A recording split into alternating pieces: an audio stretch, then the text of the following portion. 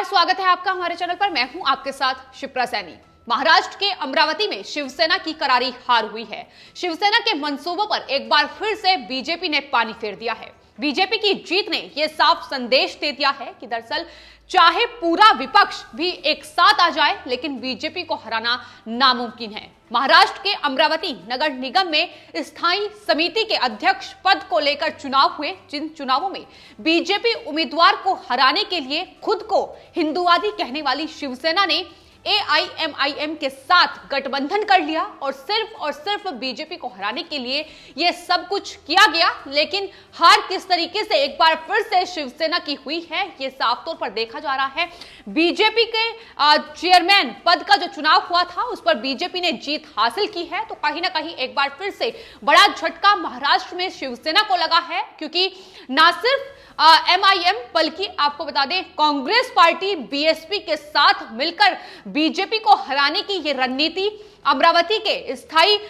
समिति के अध्यक्ष पद को लेकर जो चुनाव हुए थे उसमें शिवसेना की ओर से अपनाई गई थी, जिसको लेकर शिवसेना की कड़ी आलोचना भी हुई थी कि आखिर खुद को हिंदूवादी पार्टी कहती है, लेकिन किस तरीके से बीते कुछ सालों में शिवसेना ने अपनी पूरी छवि बदल दी है और तमाम ऐसे जो विचारधारा वाली पार्टी है, फिर चाहे वो कांग्रेस पार्टी हो, MIM हो, लगातार उनके साथ गठबंधन सिर्फ इसलिए किया जा रहा है ताकि बीजेपी को हराया जा सके, जिसको लेकर शिवसेना की कड़ी आलोचना हो रही है। और एक वक्त ऐसा था जब पार्टी में बाला साहेब ठाकरे थे, उस वक्त शिवसेना MIM की एक कट्टर विरोधी मानी जाती थी। जिस तरीके से दोनों की विचारधारा एक साथ नहीं मिलती थी, तो वो मौके भी आए हैं जब दोनों आपस में उलझते नजर आए हैं। वो मौके भी आए हैं जब दोनों ही पार्टियां एक दूसरे पर, जो सोच है दोनों पार्टियों की वो बेहद अलग है, एक दूसरे पर हमलावर नजर आई है। लेकिन जो अमरावती में ये स्थायी समिति के अध्यक्ष पद को लेकर चुनाव हुए, इसमें किस तरीके से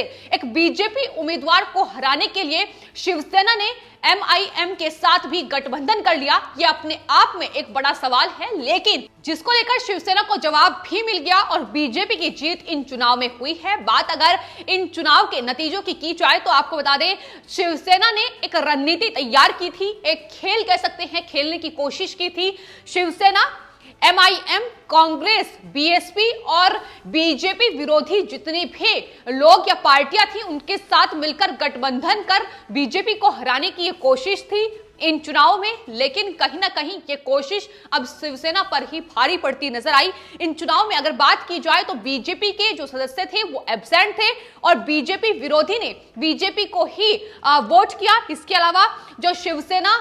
MIM और साथ ही कांग्रेस का जो गठबंधन था, उसका जो एक सदस्य था उसने भी बीजेपी को वोट किया, जिसके चलते बीजेपी की इस अध्यक्ष पद को लेकर जीत हुई है। तो अपने आप में कहीं ना कहीं शिवसेना के लिए एक बड़ा झटका है। महाराष्ट्र में लगातार जिस तरीके से शिवसेना बीजेपी के साथ अब तक गठबंधन कर वहां की सत्ता पर काबिज थी, लेकिन 2019 में जो महाराष्ट्र विधानसभा चुनाव हुए उसमें जिस तरीके से गठजोड़ शिवसेना की ओर से किया गया, NCP और कांग्रेस पार्टी के साथ गठबंधन कर वहां की सत्ता पर बैठने की कोशिश और सत्ता पर विराजमान भी है, लेकिन जिस तरीके से तीनों ही पार्टियों के बीच मतभेद की खबरें लगातार सामने आ रही है, वो ये बता रही है कि ये जो सरकार है महाराष्ट्र में, महाविकास आघाड़ी सरकार, ये ज्यादा दिन तक टिकने वाली नहीं है, क्योंकि लगातार गतिरोध की स्थिति तीनों ही पार्टियों में देखने को मिल रही है। लेकिन सबसे बड़ा सवाल ये है कि दरअसल कांग्रेस पार्टी हो या फिर असदुद्दीन ओवैसी की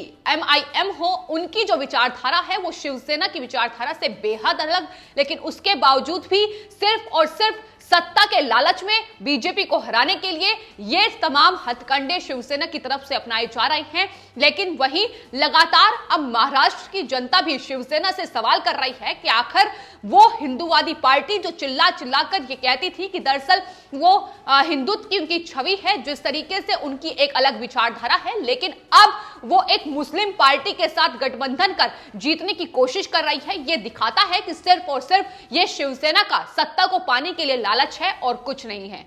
वही बात अगर महाराष्ट्र के अमरावती नगर निगम की जाए तो उसमें 87 सदस्य सदन में बीजेपी के पास बहुमत का आंकड़ा है और ये जो चुनाव था ये चुनाव अध्यक्ष स्थायी समिति के अध्यक्ष पद के लिए था और 15 सदस्य स्थायी समिति में बीजेपी के 8 सदस्य हैं। लेकिन अब जब चुनाव हुआ है तो आपको बता दें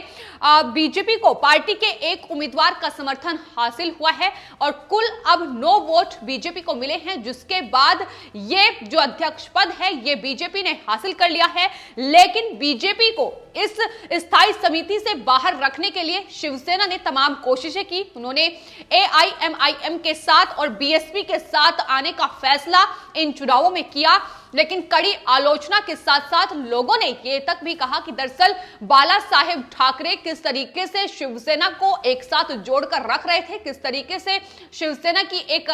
विचारधारा थी, एक छवि थी, अलग ही पार्टी के तौर पर जाना जाता था। लेकिन अब वो पार्टी महाराष्ट्र एकमात्र राज्य जहां शिवसेना का वर्चस्व है वहां भी पूरी तरीके से बिखरती नजर आ रही है, क्योंकि शिवसेना कहीं ना कहीं एनसीपी और कांग्रेस पार्टी के इशारे पर अब महाराष्ट्र में काम कर रही है। इतना ही नहीं, एमआईएम के साथ भी अब जो गठबंधन किया है, आने वाले वक्त में आखिर ये गठबंधन कहां तक जाएगा ये भी देखना होगा। लेकिन फिलहाल कहीं ना कहीं बड़ा झटका शिवसेना को लगा है, क्योंकि एमआईएम के साथ जो गठबंधन उन्होंने किया है उसके बाद शिवसेना की कड़ी आलोचना हो रही है।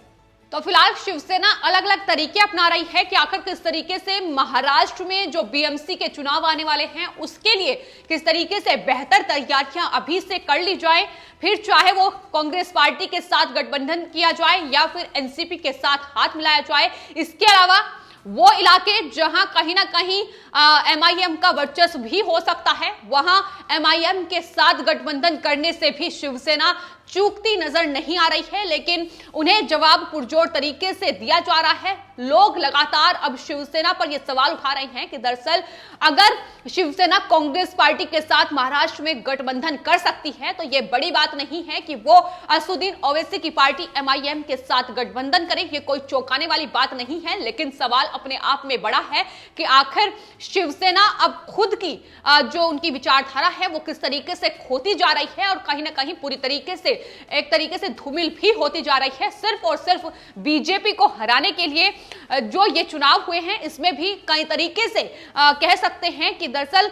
एक नाटकीय मोड़ सामने आया है। जिस तरीके से बीएसपी जिसके साथ शिवसेना ने गठबंधन किया उसके नेता नदारद रहे, उन्होंने वोट नहीं डाला। इसके अलावा जो शिवसेना कांग्रेस और एमआईएम के एक सदस्य थे उन्होंने बीजेपी को वोट किया, तो कहीं ना कहीं एक नाटकीय मोड़ इस पूरे चुनाव ने लिया, जिसके बाद बीजेपी ने यह जीत हासिल की है। लेकिन बीजेपी लगातार इस कोशिश में आगे बढ़ रही है। उनका जो ऑपरेशन लोटस है वो भी लगातार जारी है। जिस तरीके से तमाम वो राज्य जहां कांग्रेस पार्टी की सरकार हुआ करती थी, फिर चाहे वो मध्य प्रदेश की बात की जाए या पुदुचेरी की बात की जाए, वहां किस तरीके से कांग्रेस पार्टी की सरकार को बीजेपी ने धराशायी किया है। तो ये तमाम रणनीति है जो बीजेपी लगातार अपनाती नजर आई है और एक बार फिर से जो चुनाव हो रहे हैं उसमें भी लगातार सियासी बयानबाजी एक तरफ है, लेकिन जो रणनीति है अलग अलग पार्टियों की वो लगातार तेज हो रही है और शिवसेना आने वाले वक्त के लिए बीएमसी चुनाव के लिए अपनी तैयारी कर रही है। लेकिन पहले से ही उन्हें बड़े झटके लग रहे हैं। फिलहाल एमआईएम के साथ उनका गठबंधन लगातार सुर्खियों में बना हुआ है और बड़ा झटका उन्हें इस हार के साथ लग चुका है, जिसको लेकर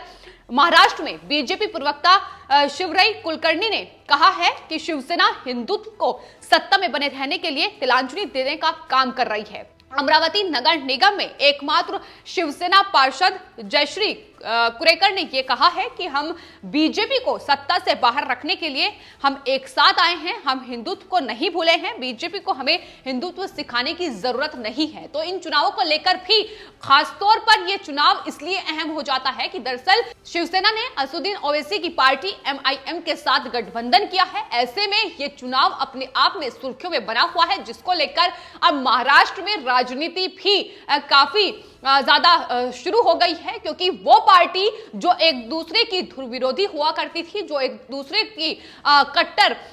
विरोधी थी, लेकिन अब सिर्फ और सिर्फ सत्ता के लालच में यह शिवसेना लगातार हर उस पार्टी के साथ गठबंधन करने पर तुली हुई है जो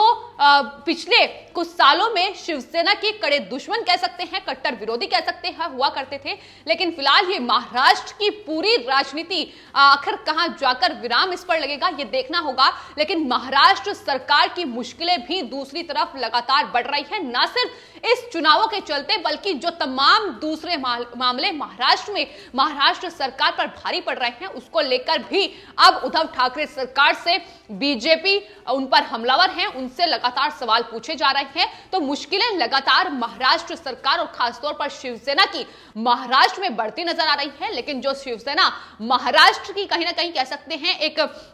पहचान हुआ करती थी, अब वो पहचान पूरी तरीके से धूमिल हो रही है और इसे धूमिल करने का काम खुद पार्टी के नेता उद्धव ठाकरे, संजय राउत जैसे नेता ही कर रहे हैं। ऐसे में जवाब अब महाराष्ट्र की जनता को शिवसेना को देना होगा कि आखिर क्यों असदुद्दीन ओवैसी की पार्टी MIM के साथ उन्हें गठबंधन करने की जरूरत पड़ी है। फिलहाल आपकी इस पूरे मामले को लेकर क्या राय है, हमें कमेंट बॉक्स में जरूर लिखें और चैनल को सब्सक्राइब करें। धन्यवाद।